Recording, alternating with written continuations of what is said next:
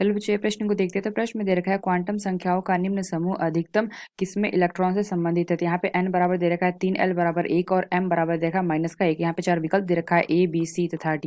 आइए मुख्य अवधारणा की चर्चा करते हैं। मुख्य अवधारणा। तो प्रश्न में अगर हम देखें तो प्रश्न में पूछा गया है क्वांटम संख्याओं का निम्न समूह अधिकतम किसमें इलेक्ट्रॉन से संबंधित है।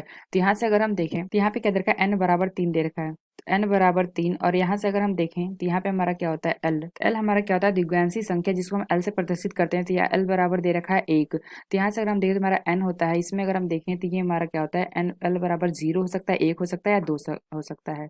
यानी अगर हम देखें तो ये हमारा क्या हो सकता है, 0, 1 या 2। और अगर हम देखें तो m दे रखा है। तो m हमारा क्या होता है, चुंबकीय क्वांटम संख्या। तो यानी अगर हम देखें तो यहाँ से पूछा गया है l बराबर 0, यानी कि दे रखा है प्रश्न में l बराबर 1 है। तो यानी अगर l बराबर 1 देखें तो ये हमारा क्या है, l बराबर 1। तो इसके लिए अगर हम m निकालेंगे तो m हमारा क्या हो सकता है, जब l बराबर हमारा 1 होगा तब हमारा चुंबकीय क्वांटम संख्या होता है यहाँ पे, या तो हमारा -1 हो सकता है या फिर 0 या फिर +1। अगर हमारा 0 होगा l बराबर तो ये हमारा क्या होगा, m बराबर भी 0 होगा। और 2 होगा तब हमारा क्या हो सकता है, या तो -2 हो सकता है या फिर -1 या फिर हमारा 0 या +1 या फिर हमारा +2 हो सकता है। तो पूछा गया कि l बराबर हमारा 1 हो और m बराबर हमारा क्या हो, -1 हो। ये हमारा क्या है, -1।